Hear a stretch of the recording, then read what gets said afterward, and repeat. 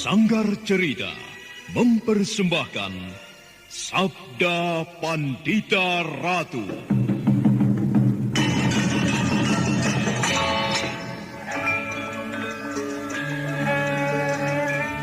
Jawablah, Ken Umang. Benarkah kau berada di belakang peristiwa ini? Tidak, Tuanku. Hamba tidak berada di belakang peristiwa yang baru saja terjadi. Kau tidak berbohong, Ken Umang? Baginda Tuanku tidak percaya kepada hamba. Jawab pertanyaanku. Kau tidak berada di belakang peristiwa ini? Tidak. Umang, aku minta jawab dengan kejujuranmu. Janganlah kau menimpakan sebuah kesulitan kepadaku. Jika sampai terjadi sesuatu pada Pangeran Pati, maka semua orang di Singasari akan menuduhku. Akulah sebenarnya yang melenyapkan Anusapati. Ayo, jawablah, Ken Umang. Baginda, hamba tidak mau Baginda bersikap kasar seperti itu kepada hamba. Hamba sudah menjawab bahwa hamba tidak berada di belakang peristiwa itu. Hamba mengatakan sebenarnya, hamba memang berkepentingan dengan lenyapnya Anusapati itu, karena ia akan menjadi duri di dalam daging hamba.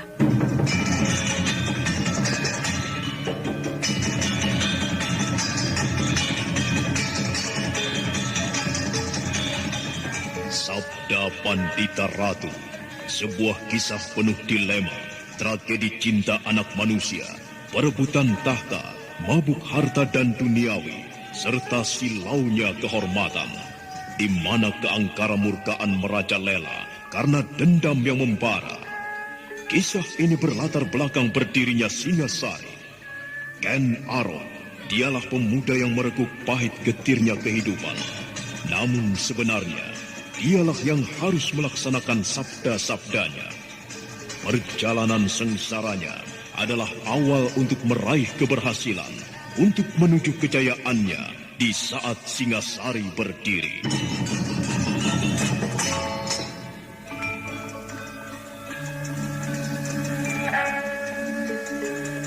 Kau yang bernama Ken Arok? Hamba, Tuan Putri. Hamba yang bernama Ken Arok. Dan kau pimpinan pemberontak itu? Hamba yang memimpin pasukan untuk menyerang Kediri. Karena merindukan lahirnya sebuah tatanan baru. Tatanan yang selama ini berlaku sudah tidak sesuai lagi. Hamba tidak keberatan jika Tuan Putri mengatakan hamba adalah pimpinan pemberontak. Kau yang telah berhasil memenangkan peperangan yang terjadi, Ken Arok. Kau yang sekarang menentukan nasib Kediri sekarang. Kau pula yang menentukan mati dan hidup suamiku, Baginda Kertajaya. Baginda masih hidup, Tuan Putri. Karena ada hal yang harus dikerjakan oleh Baginda esok pagi di alun-alun. Pada saat itu, Baginda akan mengumumkan kekalahan Kediri di hadapan segenap kaula Kediri. Kemudian menyerahkan kekuasaannya kepada hamba, Raja yang baru.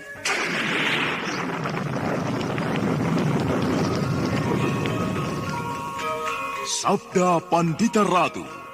Naskah ditulis oleh Pondra Swasti Langit, diolah oleh Agung Bahrodi, didukung oleh artis-artis terkemuka, Ferry Fadli, Eli Ermawati, M. Abud, Ivone Rose, dan lain-lain. Teknik dan montase, Ibing Arifin, dengan sutradara, Dian Pertiwi.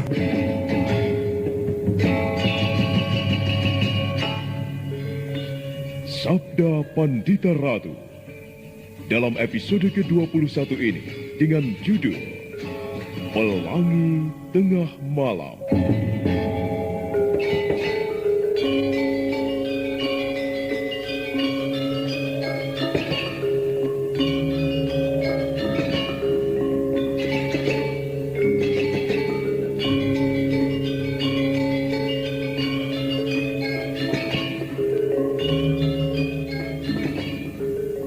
Dalam seri ke-607 ini, dengan para pemain, Wit Hendra sebagai Panembahan Dwipayana, M. Abud sebagai Ken Arok, dan Asdi Suhastra, pengantar cerita.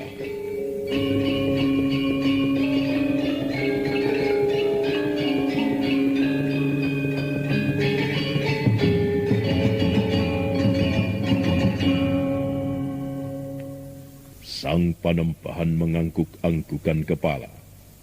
Di dalam hati Panembahan itu merasa aneh dengan pertanyaan yang baru saja didengarnya itu. Sesaat Panembahan mencoba mengenang apa yang terjadi pada Ken Dedes di pendopo. Namun sang Panembahan tidak melihat sesuatu yang tidak wajar, kecuali betis Ken Dedes yang mengeluarkan cahaya. Ken Arok menghela napas panjang, memandang bulan yang muncul dan tenggelam di dalam megamendung. Panembahan, Hamba tuanku, aku merasa kalah. mengapa Baginda mempunyai perasaan demikian? Karena kemudian aku merasa aku tidak bisa mengabaikan suara sang Panembahan. Bahkan barangkali tanpa malu-malu aku harus meminta bantuan kepada sang Panembahan. Anak Mas Baginda, Bagaimana Panembahan? mengapa anak Mas harus merasa kalah? Persoalan ini bukan soal menang dan kalah. Namun bagaimana seharusnya anak Mas Baginda meletakkan sesuatu pada tempatnya, tempat yang seharusnya. Anak Mas Baginda tentu mengenal kisah Ramayana yang ditulis oleh seorang pujangga bernama Walmiki. Kenapa dengan kisah itu Panembahan? Di dalam kisah itu ada Rama, Sinta, Hanuman, Lesmana, Dasamuka, dan lain-lain. Dalam kenyataannya, tokoh-tokoh itu selalu berada di sekitar kita. Selalu ada Rama yang Sinta terkasihnya dicuri oleh Dasamuka. Selalu ada Hanuman yang mempertaruhkan nyawanya untuk sesuatu yang bukan sanak, bukan kadangnya. Selalu ada kewaskitaan Lesmana yang mampu mengintip melalui kaca lopian yang dimilikinya. Kaca sihir yang bahkan bisa dipergunakan melongok hari esok ke hamparan hari ini. Dasamuka, dasa berarti 10, muka berarti wajah. 10 wajah itu kesemuanya bersembunyi di belakang topeng sifat-sifat, kebaikan, keluhuran, kemuliaan, dan lain-lain. Ada juga wajah yang asli, wajah yang jahat, mungkin wajah yang ke-11 atau 12, bahkan wajah ke-1000, terletak di belakang wajah yang terakhir. Ken Arok termangu. Ken Arok mencoba mengurai apa yang dikatakan oleh sang Panembahan. Namun Ken Arok belum juga berhasil menangkap apa yang dikehendaki. Bahkan Ken Arok sempat berdesir, seolah buah sindiran tentang Dasamuka itu ditujukan kepadanya. Namun hati Ken Arok telah mengendap. Apa maksud Panembahan mengupas 10 wajah Dasamuka itu? Adakah Panembahan bermaksud membuat perumpamaan Raja Alangka itu seolah diriku? Hamba tuanku, hamba bermaksud mengatakan bahwa kita semua adalah Rahwana, bahwa kita semuanya mungkin Dasamuka. Pada galibnya, manusia tidak sekedar memiliki satu wajah, namun membutuhkan banyak wajah yang lain-lain. Ibarat jagung, ia perlu dibungkus oleh kelopot yang berlapis-lapis. Ibarat topeng, jika topeng itu dikelupas, akan memunculkan topeng yang lain. Di balik kelopot, masih ada kelopot. Di balik wajah, masih ada wajah. Aku masih belum menangkap apa sebenarnya yang akan Panembahan sampaikan kepadaku melalui kisah itu. Di dalam 10 wajah, anak Mas Baginda, sebenarnya Dasamuka mempunyai banyak pilihan untuk berbuat sesuatu. Bagi pilihan sederhana, wajah mana yang akan dipergunakan saat itu? Pilihan yang tentu bisa disesuaikan dengan kebutuhannya. Kita semua adalah Dasamuka. Saat ini aku tampil di hadapan anak Mas Baginda dalam keadaan dan wujudku yang seperti ini. Akan tetapi di lain waktu, aku perlu menampilkan wujudku sebagai orang berjubah merah menggunakan topeng. Aku mengenakan nama Prabangkara. Namun mungkin pula, aku menggunakan sosok bercaping lebar dengan menggunakan nama Prabancana yang mampu mengubah-ubah wajah, memalsu wajah orang lain. Sang Panembahan sebenarnya Dasamuka itu? Benar, anak Mas. Aku merasa memiliki banyak wajah pula. Seperti tindakan seorang pengecut. Dalam wujudku sebagai Panembahan Dwipayana, tentu aku harus bersikap arif, sabar, bijaksana, Aku baru berani memukul orang kala aku menggunakan topeng, atau kala aku menggunakan wajah dasar mukaku yang lain. Aku harus menggunakan wajah yang lain lagi untuk sebuah perbuatan yang lain pula. Aku mulai mengerti dengan apa yang Panembahan maksud. Itulah anak mas. Jika anak mas merasa kalah, sebenarnya siapa yang kalah? Jika ada yang menang, sebenarnya apa yang dimenangkan? Yang dimaksud kemenangan, yang adalah dengan memaksakan kehendak kepada orang lain. Jika diintip akan terlihat, kemenangan itu menyembunyikan sesuatu yang lain, yaitu kekalahan. Menangkah Rama yang berhasil merebut kembali Dewi Sinta dari genggaman tangan Rahwana? Di mana? Di sana ada korban yang berjatuhan. Nyawa yang tak terbilang jumlahnya harus lenyap sebagai bebanten. Iya, Panembahan benar. Anak Mas Baginda, wujud lain dari wajah-wajah yang tidak terhitung jumlahnya itu adalah pertimbangan. Mempertimbangkan sesuatu dengan matang untuk kemudian memutuskan. Tak ubahnya memilih dengan cermat wajah mana yang kita miliki, yang akan kita gunakan. Itulah sebabnya anak mas. Hamba akan mengatakan anak mas Baginda perlu mempertimbangkan dan merenungkan untuk menemukan langkah yang paling sesuai atas persoalan yang sedang anak mas hadapi. Baiklah Panembahan, aku bisa menerima kata-katamu. Akan tetapi, aku memiliki banyak wajah sampai aku merasa kebingungan untuk memilih wajah mana yang harus aku pergunakan. Panembahan, aku menghendaki agar Anusapati kembali ke istana, agar semua kemelut yang mengguncang Singasari segera lerem, segera mereda. Namun yang membuatku kaget adalah sikap Ken Dedes yang tidak berkeinginan kembali ke istana. Sebenarnya lah hamba tidak sependapat dengan sikap Tuan Putri itu, tuanku. Hamba akan mencoba membantu agar sikap Tuan Putri itu bisa diluluhkan. Namun sebenarnya semuanya lebih tergantung pada sikap Baginda sendiri. Bukan hamba yang bermaksud menggurui. Namun nampaknya Tuanku Sri Baginda telah berlaku kurang adil atas kedua istri tuanku itu. Tuan Putri Ken Dedes merasa terkucil dan tersisih. Tuanku tentu tidak akan lupa dengan apa yang telah dikatakan oleh Tuan Putri Ken Dedes yang mempunyai anggapan jika Tuan Putri Ken Dedes berada di Singasari sama halnya dengan bunuh diri secara perlahan-lahan. Itu sebuah anggapan yang berlebihan. Namun sebenarnya lah aku harus mengakui apa yang dikatakan oleh Ken Dedes itu mungkin benar. Panembahan, kewaskitaan sang Panembahan tentu bisa melihat bahwa Ken Dedes pada saat ini sedang hamil. Tuan Putri hamil. Benar Panembahan, hal itu pula yang mendorongku untuk meminta Ken Dedes kembali. Sesaat suasana menjadi hening. Sang Panembahan tidak mengucapkan apapun. Sang Panembahan bagaikan membutuhkan waktu untuk mengunyah apa yang baru saja dikatakan oleh Ken Arok. Panembahan Dwipayana itu kemudian manggut-manggut. Dan akhirnya sang Panembahan memang melihat Ken Arok sedang berusaha menempatkan Ken Dedes pada tempat yang seharusnya. Panembahan Dwipayana merasa sedikit lega. Namun tetap saja di mata Panembahan yang waskita itu ada sesuatu yang mencemaskan. Nasib Anusapati. Ada sebuah rencana besar yang sedang direncanakan Panembahan Dwipayana itu atas Anusapati. Panembahan merasa pada saat itulah dia bermaksud mengungkapkannya. Tuanku, Bagaimana Panembahan? hamba akan mencoba membantu mengubah sikap Tuan Putri Ken Dedes. Terima kasih sang Panembahan. Aku percaya sang Panembahan bisa melakukannya. Namun ada hal yang ingin hamba sampaikan mengenai Pangeran Pati Anusapati. Oh, kenapa dengan Pangeran Pati Anusapati? Sebenarnya lah telah muncul di benak hamba sebuah dugaan yang jelek atas masa depan Pangeran Pati itu. Katakan Panembahan, dugaan jelek apakah itu? Aku akan mendengarkannya.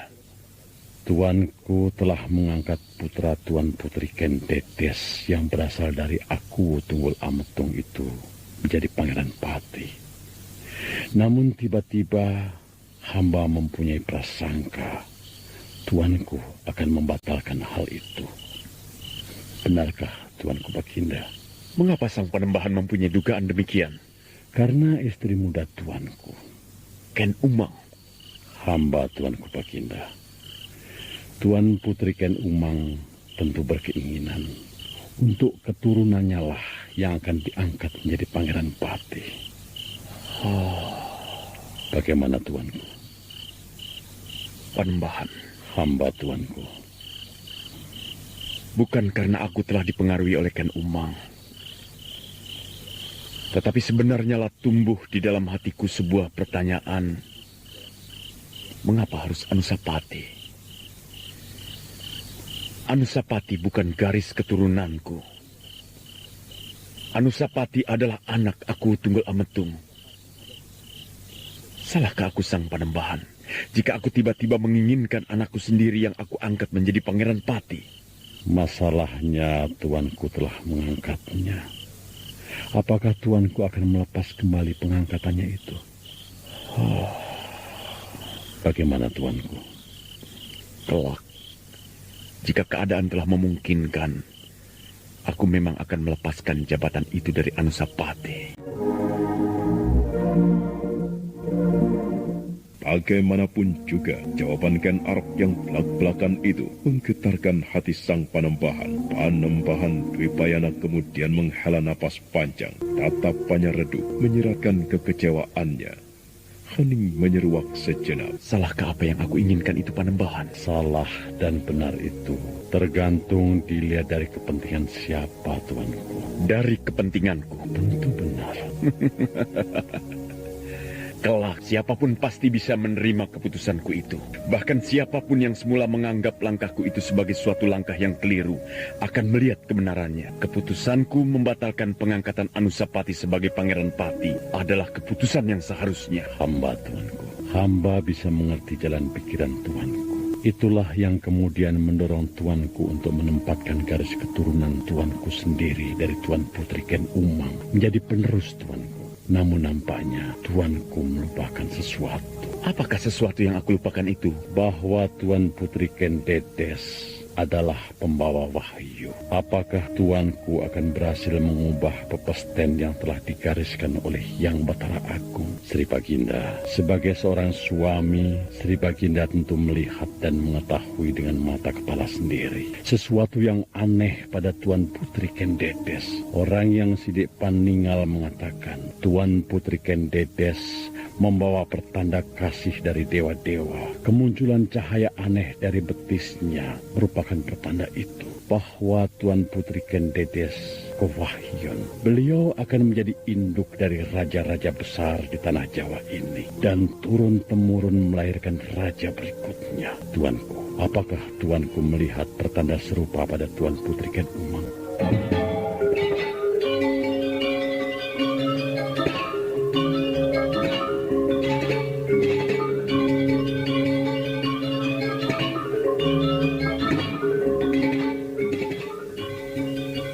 Bagaimanapun juga, Ken Arok tersentak oleh pertanyaan yang tidak terduga-duga itu. Pertanyaan yang menyebabkan Ken Arok terpaksa harus merenungkannya untuk beberapa saat lamanya. Bulan yang timbul tenggelam di hamparan Megamendung seolah menjadi gambaran hatinya pula. Bagaimana Baginda? Apakah pepesten itu tidak bisa diubah, Panembahan? Titah sawantah yang bernama manusia hanya bisa berusaha. Namun di atas segalanya, Yang Batara Agung yang berhak menentukan. Dada Ken Arok berdesir, manakala mengenang betapa dahsyatnya pengaruh kekuatan yang memancar dari petis Ken Dedes, manakala anak empu Purwa Surya Suci dari Panawijan itu sedang guncang hatinya. Ken Arok lebih berdesir lagi, mengenang betapa muncul wajah lain yang lamat-lamat dari wajah Ken Dedes. Wajah seorang perempuan yang cantik jelita, Maharani Sri Sanjayawarsa. Ken Arok tidak bisa membantah kebenaran dari apa yang dikatakan oleh sang Panembahan Dwipayana, bahwa Ken Dedes membawa pertanda takdir.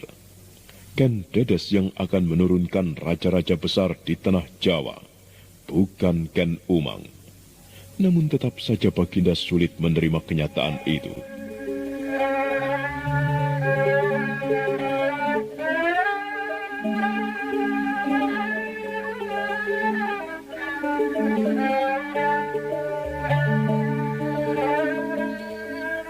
Seyogianya menjadi pertimbangan anak Mas Baginda. Pertanda itu sudah jelas. Tuan Putri Kendedes bukan wanita lumrah. Akan tetapi seorang wanita yang pinilih. Aku memang melihat kenyataan itu. Akan tetapi tetap saja ada sesuatu yang mengganjal di dalam hatiku. Sabda Pandita Ratu atau sabda Brahmana Raja adalah ucapan yang dikeluarkan oleh seorang raja yang mempunyai bobot sebagai undang-undang yang sebenarnya tabu jika harus dijilat kembali. Hamba sekedar mengingatkan agar jangan sampai anak Mas tergelincir pada hal itu. Oh, terserahlah. Terserah apapun yang akan terjadi nanti. Urusanku sekarang adalah membawa Pangeran Pati. Persoalan telah bergeser, anak Mas. Yang perlu mendapat perhatian saat ini bukan Pangeran Pati, akan tetapi Tuan Putri Kendedes. Bagaimana usaha melunakkan hati Tuan Putri yang bersikeras kembali ke Panawijen itu? Panembahan akan berkeras mempertahankan Pangeran Pati. Hamba Tuanku Baginda. Hamba terpaksa melakukannya justru karena hamba bermaksud membantu Tuanku yang hamba cemaskan sewaktu-waktu akan tergelincir. Untuk sementara waktu, biarlah Pangeran Pati Anusapati berada di sini, di bawah asuhan hamba.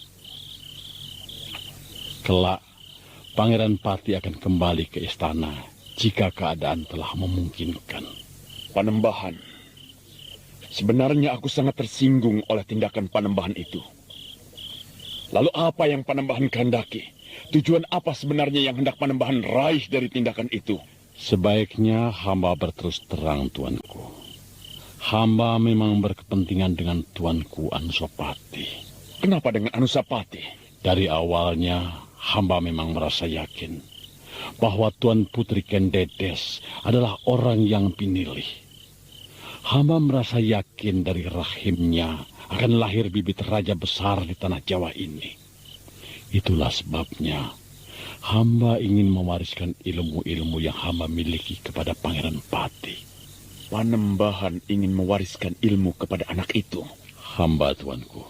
Anusapati masih terlampau bocah untuk menerimanya. Justru karena Tuanku Pangeran Pati Anusapati masih terlampau bocah itulah.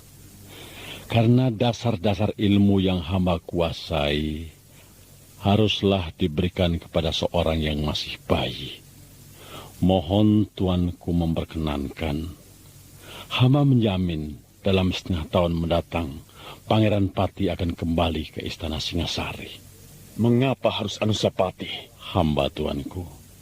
Alasannya telah hamba sampaikan kepada Tuanku. Demikianlah pembicaraan itu berlangsung beberapa saat lagi. Ken Arok merasa keberatan dengan keinginan Panembahan Dwipayana, tetapi sang Panembahan juga kukuh pada pendiriannya, pendirian yang tidak tergoyahkan. Manakala tak ada lagi yang dibicarakan, Panembahan mempersilahkan kepada Ken Arok untuk kembali ke Padepokan. Kedatangan Ken Arok dengan Panembahan membuat para prajurit semakin tidak mengerti.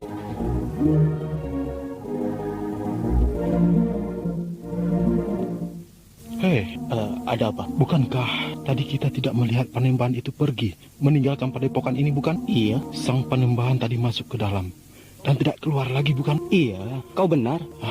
Tahu-tahu sekarang Panembahan itu datang bersama-sama dengan Baginda. Apa yang telah dilakukan Panembahan itu? Alah, jangan tanya kepadaku. Aku tidak tahu apa-apa. Kalau kau ingin tahu, tanyakan saja sendiri pada sang Panembahan atau Sri Baginda. Kamu ini kalau diajak berbicara.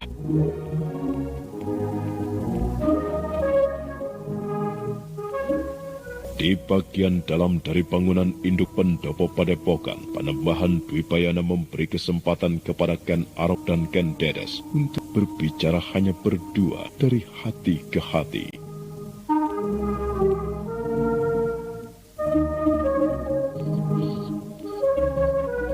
Ken Dedes, Aku datang ke padepokan ini untuk menyusulmu. Kau harus kembali ke Singasari. Hamba mohon ampun tuanku. Hamba telah berketetapan hati untuk tidak kembali ke Singosari. Izinkanlah hamba tetap tinggal di Panawijen. Tidak, Kendedes. Itu tidak mungkin. Kau istri seorang raja. Kau permaisuriku. Masa lalumu adalah Panawijen. Namun sekarang kau harus kembali ke Singasari. Ampuni hamba tuanku. Izinkanlah hamba tidak usah kembali ke Singosari. Izinkanlah hamba bersama putra hamba untuk kembali ke asal hamba. Semula hamba hanya rakyat jelata. Biarkanlah hamba kembali menjadi rakyat jelata, tuanku. Kendedes, aku tahu kau sangat kecewa kepadaku. Puncak kekecewaanmu menyebabkan kau tidak mau kembali ke Singasari. Kau seperti tidak percaya lagi kepadaku. Mohon ampun, tuanku. Bukankah istana telah ada Tuan Putri Ken Umang yang akan mendampingi tuanku? Tuanku tidak perlu memikirkan hamba. Tuanku juga tidak perlu memikirkan Anusapati. Bukankah Anusapati bukan anak tuanku? Anusapati adalah anak aku, Tunggul Ametu. Jika aku gila, mungkin akan aku penuhi permintaanmu itu, Kendedes. Tetapi aku masih waras. Aku belum gila. Itu sebabnya aku berkeputusan yang tidak bisa ditawar-tawar lagi. Kau harus kembali ke istana. Bisa saja aku tidak memikirkan apapun, Kendedes. Tetapi bagaimana dengan bayi yang kau kandung itu? Emban tua yang baik hati itu telah datang menghadap kepadaku, memberitahu aku dan memberi nasihat kepadaku, Kendedes. Karena itu aku datang menyusulmu. Adalah karena nasihat dari emban tua yang baik hati itu. Aku minta kembalilah ke Singasari. Yang meminta kali ini bukan aku sebagai rajamu, akan tetapi aku sebagai suamimu. Kembalilah ke Singasari. Meski ditahan dengan sekuat tenaga, air mata itu pun akhirnya bergulir pula, jatuh membasahi pipinya. Kendedes menunduk. Meski Putri Panawijen itu menangis, tetapi tidak terdengar sedu-sedannya. Kendedes mempusai perutnya. Perut itu telah berisi, namun belum nampak membesar. Kepada seorang emban tua yang baik hati di istana, Kendedes pernah menceritakan kehamilannya. Dan rupanya emban tua itu yang telah menyampaikan keadaannya kepada Sri Baginda. Dada Kendedes bergetar. Dia merasakan perhatian Ken Arok kepadanya telah berubah. Nampak sekali kecemasan seorang suami yang memikirkan istrinya yang hamil. Bagaimana, Kendedes? Kau bersedia kembali ke Singasari, bukan?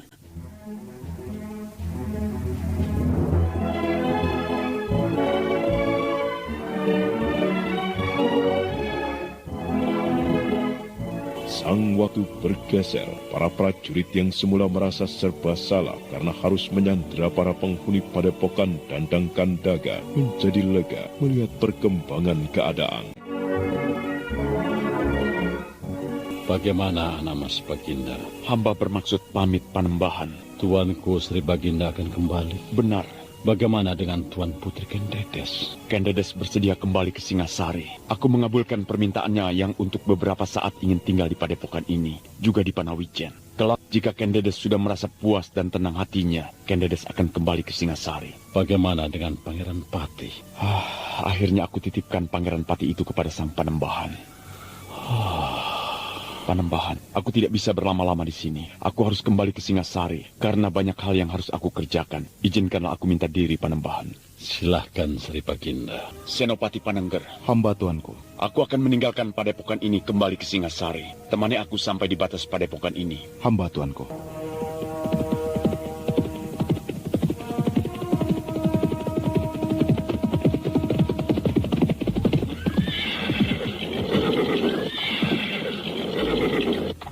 Dua ekor kuda itu berhenti pada jarak yang tidak begitu jauh dari padepokan. Bulan timbul tenggelam di antara mega-mega. Dengan berdebar-debar, Senopati Panengger yang menemani rajanya hingga di batas padepokan itu menunggu rajanya berbicara. Panengger. Hamba tuanku. Aku perintahkan kepadamu untuk tetap bersama-sama Tuan Putri Kendedes yang masih ingin tinggal untuk beberapa saat lamanya di sini. Juga beberapa saat lamanya di Panawijen. Hamba tuanku. Perintah tuanku akan hamba laksanakan dengan sebaik-baiknya. Usahakan agar Tuan Putri kembali ke Singasari. Semakin cepat semakin baik. Ampun tuanku. Akan tetapi bagaimana dengan sikap Tuan Putri tuanku? Kendedes akan kembali ke Singasari. Tetapi Kendedes meminta waktu. Lalu bagaimana dengan Pangeran Pati Anusapati tuanku? Jangan pikirkan Anusapati. Sudahlah Panengger. Aku melanjutkan perjalanan. Hamba tuanku. Hea.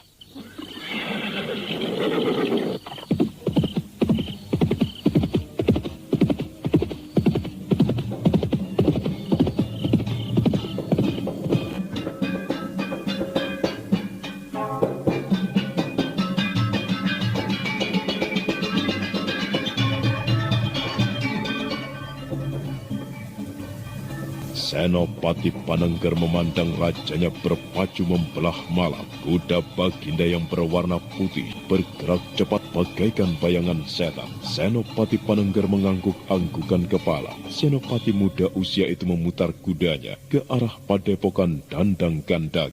Saudara pendengar, untuk mengetahui jawabannya, ikutilah kelanjutan kisah ini dalam seri berikutnya. Sampai jumpa.